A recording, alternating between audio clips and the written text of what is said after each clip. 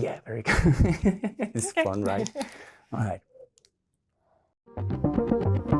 This is the Gemischt interview, the organic conversation with Sandro Schweitzer.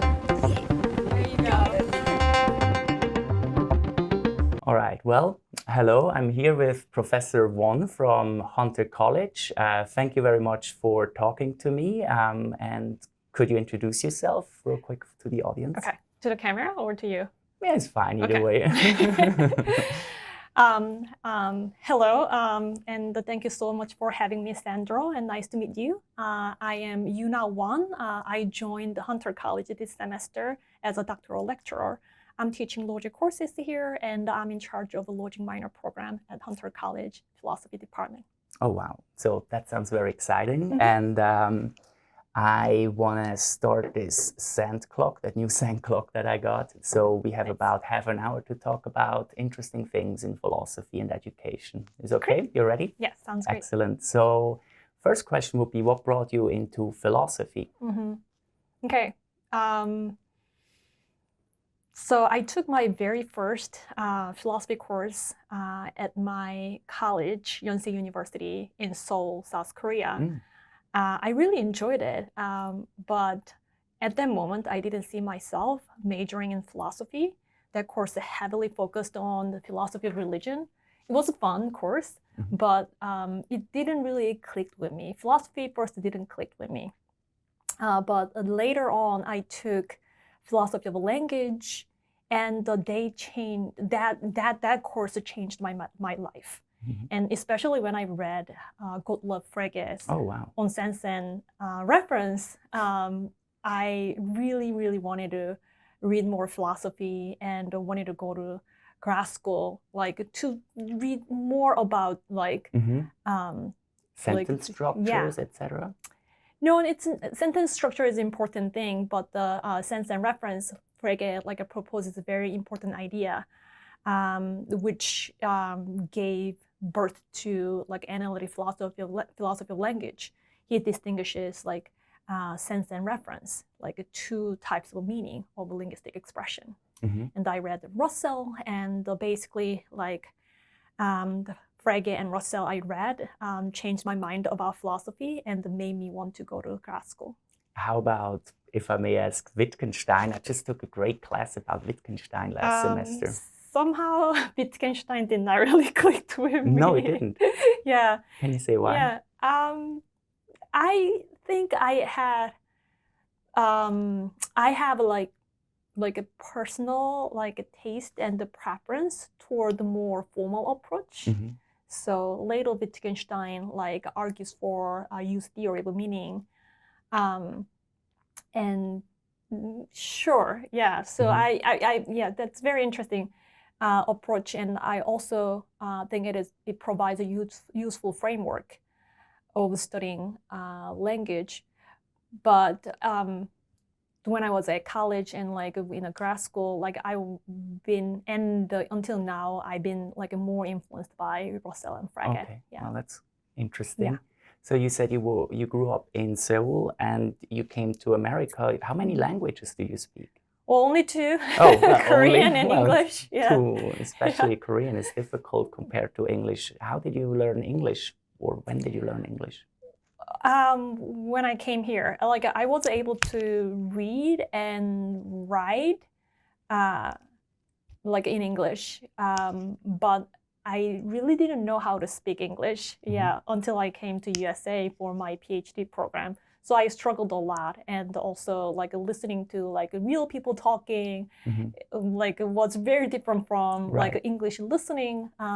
Applied compared to theoretical in school. Yeah, I know exactly. With audios, materials in English class. Yeah, right, it was and being very thrown into the whole environment of the actual Right. language. Yeah, it's the number one one-to-none strategy to actually learn languages, I suppose. So you came here for your PhD. Right. That was how long ago, if I may ask? That's 2011.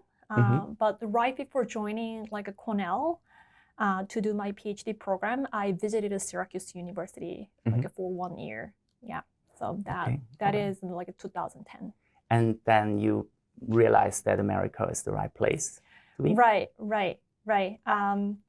In particular, like I want to say, since I teach logic here, I want to say a little bit more about how I started getting interested in studying logic. Well, to be honest, that would have been my next question. So it's perfect. Yeah, to be honest, I did not do very well in my first college logic course.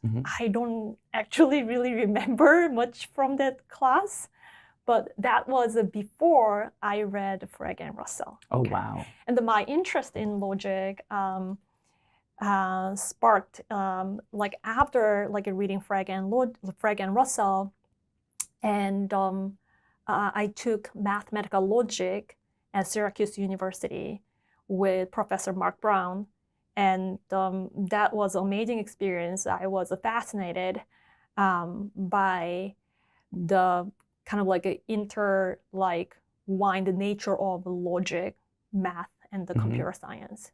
So your first logic class that you said you didn't do so well, my first logic class was heavily on Frege and Russell, actually. What did you learn in your first, or what was the topics in your first? It's like usual symbolic logic course, like teaching you propositional logic and the predicate logic, I believe. Yeah, okay. I vaguely remember the course. Only the grades. I don't even remember the grades. Probably not horrible, but like I know for sure I didn't ace it. Okay, well, it happens to the best of us. So you started this semester teaching at Hunter College together with two other professors that I'm going to interview here. And how did you come to becoming a teacher or a professor teacher in a college? Well, at some point, like I found it like a pretty natural to me, and I found myself enjoying teaching and interacting with the students. I started thinking, well, it would be really nice if I can get a position in higher education, like a college or university. Yeah. And so, how is it the first time you're teaching now? Or? No, I've been teaching now 5 years. Oh, okay. Yeah. So it's not your first position as a professor? Yeah, it's not my first position. Oh, okay, that's great. I taught at Cornell, Ithaca College, Indiana University, and Princeton University. And you were teaching always in logic, or what's your topics that you're teaching in all your courses? Yeah. Now I realize that always I taught logic. Yeah, logic, like at different levels. Is there something else that you would like to teach, or also some other topics or subjects, courses that you like in the academic realm? At Cornell, I taught first-year writing seminar multiple times since when I was a grad student. That's something philosophy grad students have an opportunity to teach. And it is great, like it is really, really great. Like they can teach first-year writing seminar of their own topics. They can design like a first-year writing seminar, and they can teach them in small group setting. And that's really fun. And that is the very first teaching experience I had. Of course, before that, like I served as a TA for other professors. All right, well, that's good. Yeah, that's always a step in the door. Right. Somehow I always taught logic in the different the colleges and universities, but I am also interested in like teaching other formal subjects in philosophy, such as probability and decision theory and game theory. So I taught philosophy and choice and the choosing wisely. These two courses are about probabilistic reasoning and the rational like thinking and the making good choices. Okay. Yeah. I mean, that's interesting because when one thinks of philosophy, they think of reading ideas about God and the world, you know, why are we here? Right. And logic seems to be such a different sport within, sport within philosophy. It's almost like, you know, in philosophy, you can't usually really prove anything, right? It's all hypothesis, whereas in logic, the whole core of it is to prove things mathematically. Right. Where do you make the distinction, or where you actually make the claim that logic is still philosophy? Yeah, because logic provides a framework of reasoning. Okay, so some people say there are as many philosophies as philosophers are, and there is no right answer in philosophy. Right. But there are wrong answers. Oh, Yeah. very good. Yeah, Yeah, exactly. there are wrong answers. Like only way of checking like whether your answer is wrong, like right or wrong. Right. Like you cannot check the rightness maybe. Right, But exactly. you can check the wrongness using logic. Yeah, which is, I mean, in science, but especially in philosophy, you have to make your claims understanding that you most likely, or maybe, or probably, whatever that would be then, your mathematical calculation be wrong, right? Right. Even the scientific method is about making a claim, knowing we're just getting a little closer to the truth, but not presenting a full truth, I guess, right? So, but is there any other, courses, topics, I don't know, STEM fields or psychology, and other classes that you like personally or liked in school? So when I was at college, I was really into theatrical arts. Okay. So I was in a drama club, and I spent a lot of time in a theater. Oh, that's great! Yeah. Yeah. Somehow, it was a very difficult choice for me to go to philosophy grad school. Oh wow! But yeah, I can imagine from theater. Right. Yeah. But I thought oh well, we'll see. Yeah. And I think I can come back to the stage anytime. So what plays did you perform at some, do you remember? One of them is Arthur Miller's The Crucible. Okay, I wouldn't know that one, unfortunately. Yeah. And some of the Greek plays, adapted version of a Greek plays. One of them is adaptation of Sophocles' Antigone, I think. Yeah. Oh, okay. Yeah. Wow, that's quite a different. I mean, I don't know. How would you combine theater and philosophy, so to speak? I'm sure you can see parallels at some point. Somehow I did not attempt to draw the connection between these two. Okay? Or where does one help the other, maybe? But when I first found a philosophy language fascinated, initially I also was wondering how a language works in so many different ways. If you when you read a play script, okay, there are a lot of words, right? So there are dialogues, there are monologues, there are lines that explain what actors are supposed to do. Right. That there are the stage directions. Sceneries. Scene descriptions, and all different things. They're all written in one language. Right. But their roles are different. You're not supposed to read everything in the same way, right? Okay, yeah, I see, exactly, yeah. It's like reading Plato, so to speak, in a way, right? Right. Because it has that too. Yeah, dialogues. Dialogues. And then sometimes he paraphrases Socrates, and sometimes he actually writes Socrates and then what Socrates said, for example. So yeah, it's different ways to read and perform theater compared to narratives in another ways. Right. Yeah. So when a book is one single narrative, but when you look at the play script, there is so many, you see varieties way of using language to describe, language for a communication, language to give you instruction. Okay, that's different from merely describing. Also a language to give you just information, a list of characters and the basic explanation of what those characters look like or something like that. Something you just need to know, but it should not be on the stage. Right. So, do you think that experience helps you teaching? Because it's like a stage as well, being a professor, right? That's interesting. I did not think about it, but maybe. Yeah. Maybe. I have a loud voice. Yeah, well, Yeah, that's from the already good. Yeah, practice exactly. of a projection on the stage. Right. Yeah. Or do you get stage fright sometimes? Or did you get stage fright? Because that could be helpful as well. When I, for example, have to make a presentation in front of a class, I always get nervous, right? I get always nervous. Oh, really? Yeah, being Before in front every of class? people.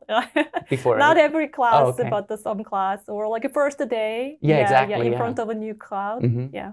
Yeah, because I remember I came to your, I told you before, I came to your, how do you call that when you do a test presentation? It's a job talk. Yeah. A job, yeah, Yeah, exactly. it's And called then job we talk. were invited to come and see your presentation, which was a Right. really excellent presentation. Thank and you. yeah, well, I have to say that now, but it's true.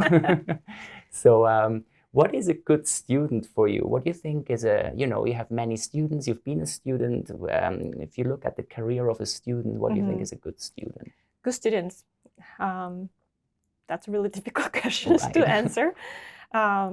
And I don't think there is one single yeah, like not a prototype, but maybe what's a characteristic, but like a quality of a good qualities student. of a good student. Their willingness to learn, I think, is important. Like for them to truly learn and understand the difficult materials and to get something out of their experiences in the classroom. Also, resilience, I think. Right, yeah. That's a good one, yeah. So go ahead. Philosophy is not, philosophy can be really challenging. And so well, here's a question. First time you read, you don't understand, but sometimes you have to read them multiple times. Yeah, and still don't understand right. anything, yeah. Well, is it true that logic is a course requirement for most majors, actually? Do you know? I don't know. It's like for philosophy, at least, yes. In philosophy, yes, but I think even other like certain mathematics major or even certain STEM major have logic as a requirement. Okay. I don't know. I'm not sure. I don't want to say true. Oh no. Okay. Yeah, at Hunter, but it is a requirement for majoring in philosophy. Right. Exactly. Here at Hunter. Yeah. No, I was just thinking because when I took logic, many students were in the class that didn't think of philosophy. So they actually got introduced to philosophy through logic because they had to take the course for their major. But in that case, maybe not. Or do you have many students in your classes that are not philosophy majors?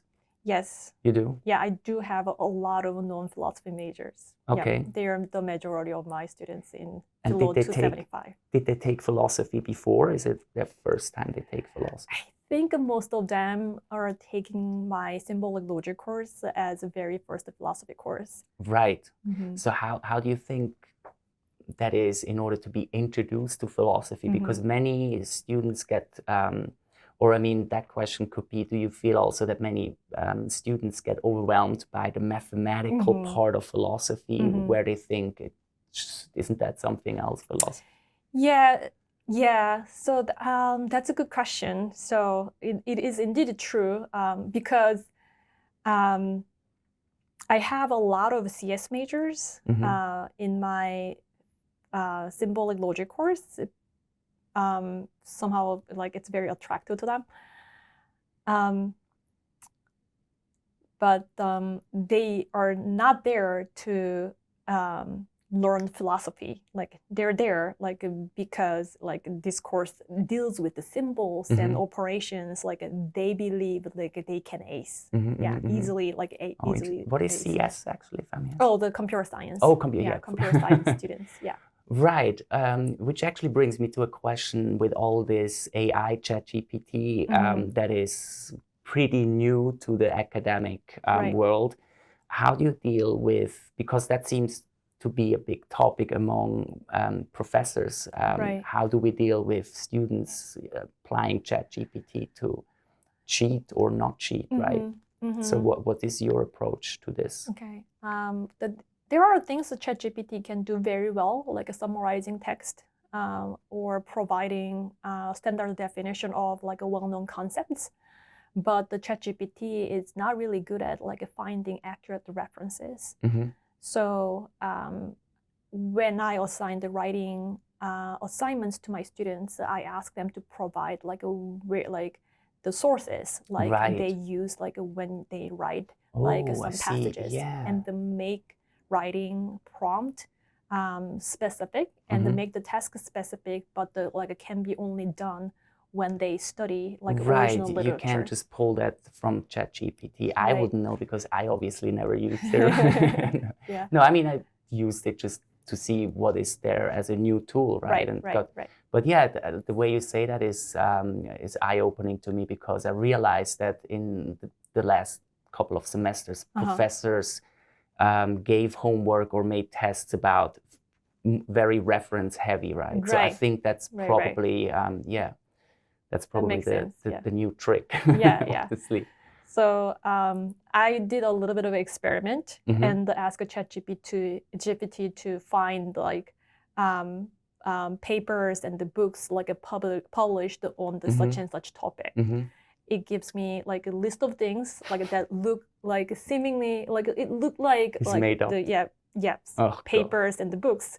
And when I even ask like give me the links to these books and the papers, like those links are made up. Even links are made up. Oh, that's amazing. But it looks like an Amazon link. Well, it looks like a Google Scholar. Oh, really? Link. Even like that? I mean, then the question would be, if somebody hands in a homework, you will have to say yes now, because otherwise students would know what to do in the future. But then I guess you will have to always double check the sources that students put, right? I usually limit the like sources like they can go back, go and utilize it for their writing process. Yeah. So they can like of course like use like materials outside of like a course reading list. But I like highly recommend them to stick to the course's reading list. Right. And if they go beyond, they should provide the full reference information so I can double check. I believe anyone can fail. Yeah, anyone can fail, and we can fail. Like there are setbacks in our life. That's something we have to deal with as we live on. So I think like a classroom and the college campuses have to be a safe place for students like intellectual experiment, exploration, and mistakes and failures and setbacks, and allow them to learn from their mistakes and failures. Okay, yeah. That's very good, yeah. So nobody has to expect to always be able to perform at 100%. That's kind of wouldn't be normal anyway. Right. So it would be ideal if the students can do their 100% on the one quiz, one exam, and like every single exam and every single quiz throughout the semester. Right. But that's almost impossible for anyone, even excellent students. So yeah, I think that's a really good advice, actually. Yeah. So then you can also learn from the setback as well, in a way. Maybe given a second chance for, trying to. Right. So I try to make assignments and evaluations in my classroom, using which they can learn from, even when they do poorly on a certain like exam or that's great. Like quizzes. Yeah, so like almost like extra credit or make up possibilities, right? So not that anybody wants to lean back and say, oh, I can fail, with her, but and she will give me another chance. It would accumulate extra work anyway. So I think that's a really great advice, yeah. And do you think philosophy classes have, I mean, that's the way I experience it. Philosophy classes have a certain aura when I sit in them compared to, mathematics, STEM classes, or I don't know, even history classes. Philosophy always has some type of a familiar surroundings. Students seem to be excited to take philosophy classes. Do you feel that too? Yeah, sure. Yeah. So I still like sitting in like in the place where like somebody is like giving a talk about philosophy. Yeah. So getting off topic a little bit from Sure. philosophy, that's a question I like to ask my guests sometimes, is if you could ask anybody anything, who would it be and what would be the question? I don't know. A historical person. Yeah, so I've been thinking about Frege. So Great. maybe if I could talk to Frege, I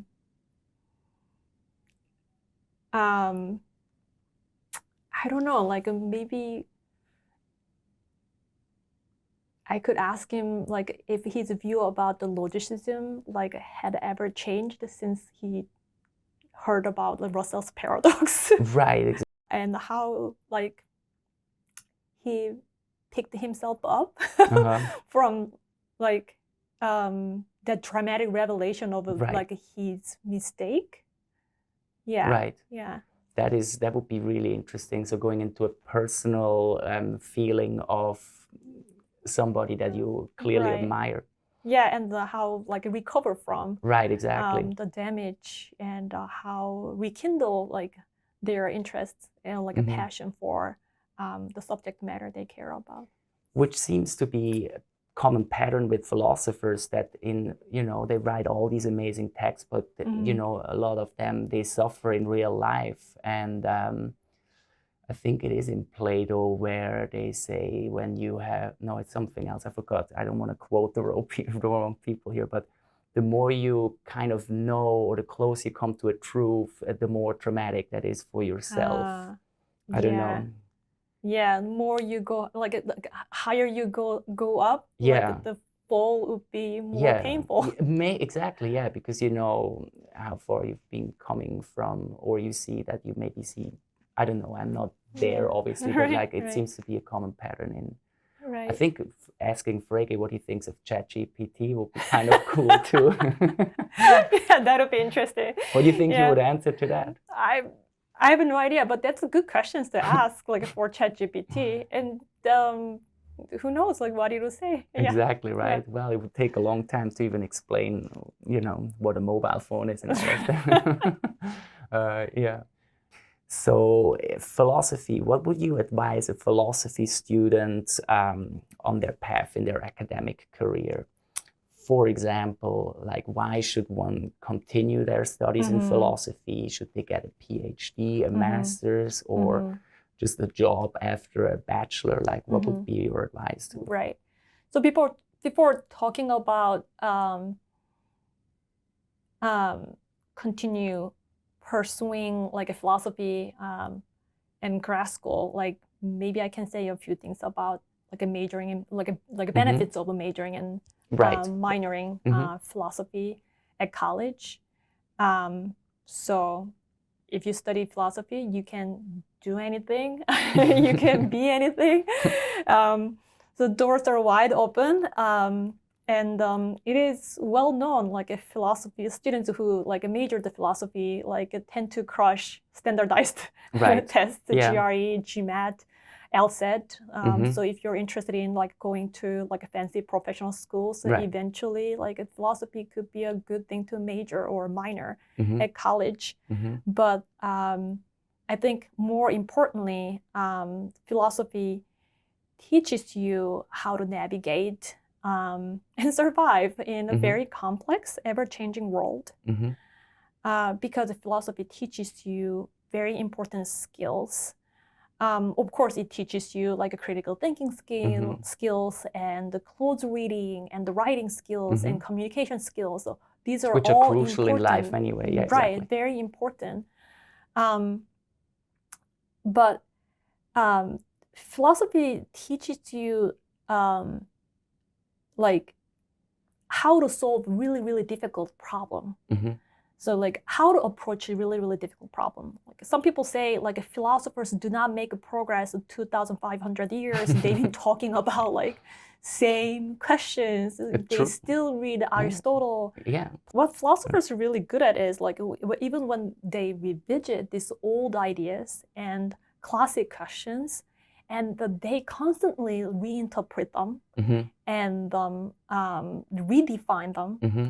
and present them in a relevant way Mm-hmm. today. And that way they explore like new ways of solving those problems and propose like a new framework of understanding the Right. world. And maybe the question is one, but the solution could be different in different situation and different context for different people. So we find the right solution for us at this moment, like in a relevant manner, like to us. Right. But then would you advise to do a master's maybe after bachelor or then doctorate, because you have a PhD, right? And what was your thesis about? My thesis is about semantic and meta-ethical like puzzles.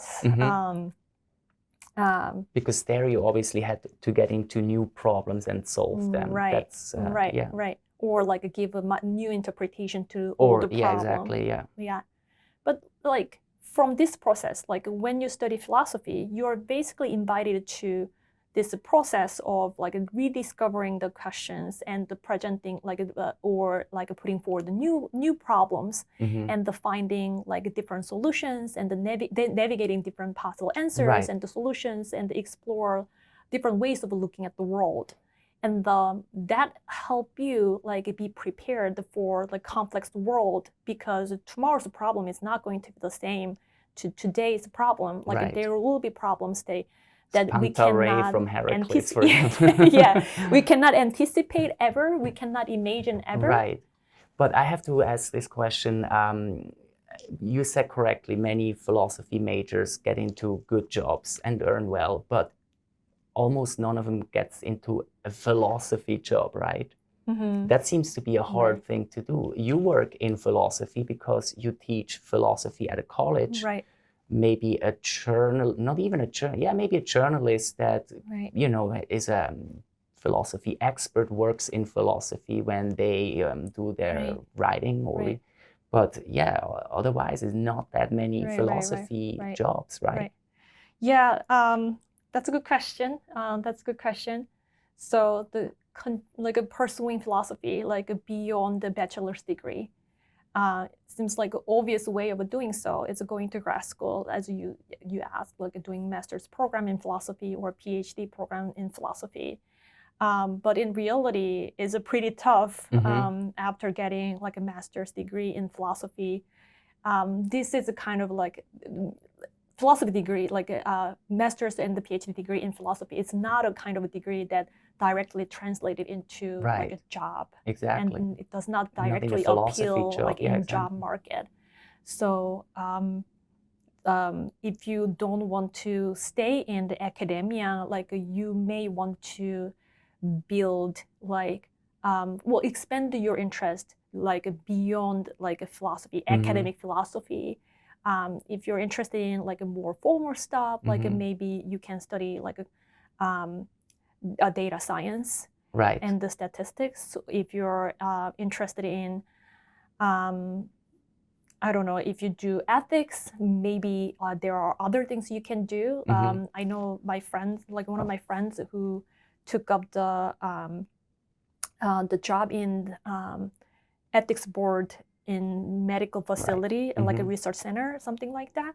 So that kind of like a job that requires like intellectual rigor, like you get trained in the philosophy programs. So in that sense, like what type of a person should pursue philosophy, you think? Somebody that really likes reading, really likes thinking about almost insolvable problems, or somebody that just doesn't know and has a good prospect for another job otherwise. Right. The curiosity, like people who like who are intellectually curious about everything, and you should like reading and writing a lot, like to survive in grad school, because that's the like a big chunk of the activities that you're going to do in grad school. And what else? What would be a good thing? No, I understand that. Yeah. Yeah. Well, we're almost done. Then I wanted to ask. So, where do you see yourself in the future? You said problem solving comes in the future. It's obviously I know it's almost impossible to know what one does in 5 years from now. But where do you see yourself? Oh my gosh, that's a very difficult Yeah. question. Who knows? Yeah, okay. In this like uncertain world, I only hope that I can finish some of my like projects. Some of them are left at the loose end, and some of them are underway but progressing really slowly. So one example of one of these projects. So I've been thinking a lot about the Speech Act and social injustice, or like something more. It's not more like interpersonal. I don't want to say harm. So like I'm having a hard time like finding a right word like for the phenomenon I am interested in. So one example is a heap eating, like I talked about in Philosophapalooza. Philosophapalooza. So a woman says something, like no one responds to her, but some guy in the same room repeated what she said, and suddenly everybody loves it. That is a very frustrating experience. That has something to do with the way we use language and the way we communicate. And it has something to do with the conversational dynamics. Like I heard like many people like telling me like, oh my gosh, like in entire life, my entire professional life, like I always experienced that. And I personally had like a similar experience. Like some people, so it seems like it's a very common experience. Gender-related. It's a gender-related experience. I am interested in like unravel like this kind of like uncomfortable like conversational dynamics that make us that present us as a less confident speaker.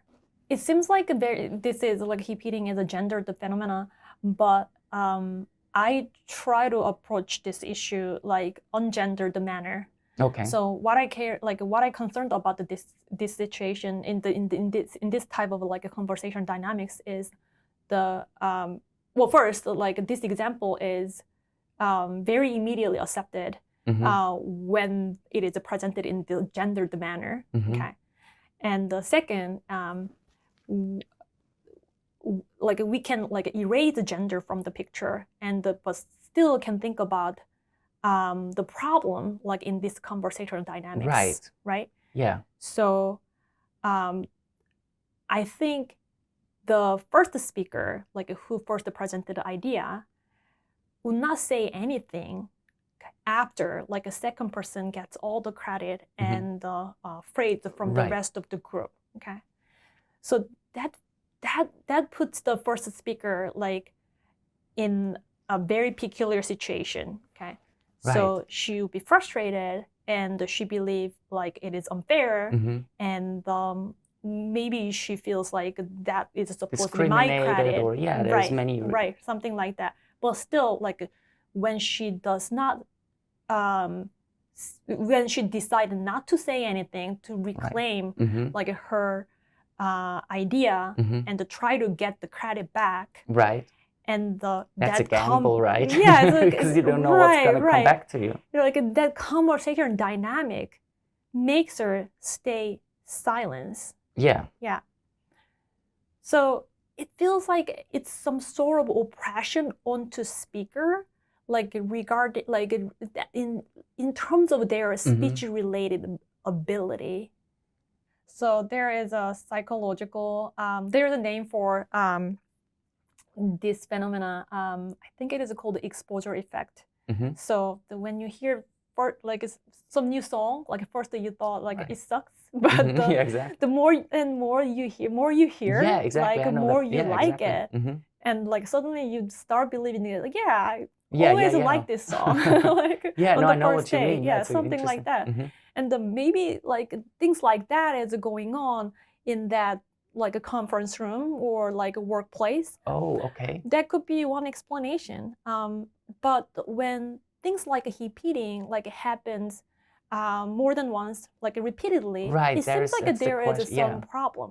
Mm-hmm. So I am interested in like revealing like such unhealthy dynamic, Right. using like who gets to say what, Mm-hmm. who remains silent, and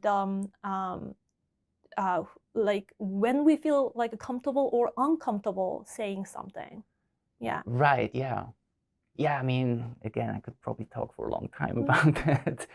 I'm going to leave it at this. Thank you so much for being part of this podcast. And I have a class with you next semester. I'm so excited to be in there already.